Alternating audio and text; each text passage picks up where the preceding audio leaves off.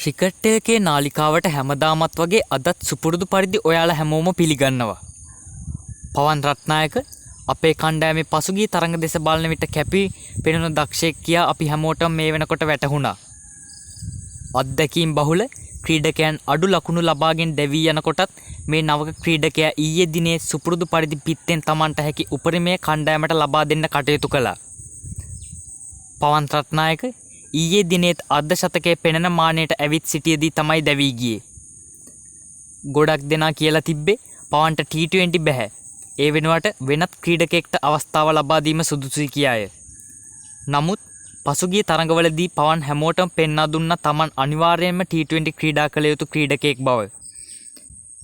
ඉතින් ශ්‍රී ලංකා කණ්ඩායමේ පුහුණුකරු සනත් ජයසූරිය සහ කණ්ඩායමේ නායකයා දිගටම පවන්ට අංක 4 ස්ථානයේ ක්‍රීඩා කිරීමට අවස්ථාව ලබා දුන්නොත් පවන්ගේ ඉදිරි ගමනට ඒ ලොකු වාසියක් වේවි.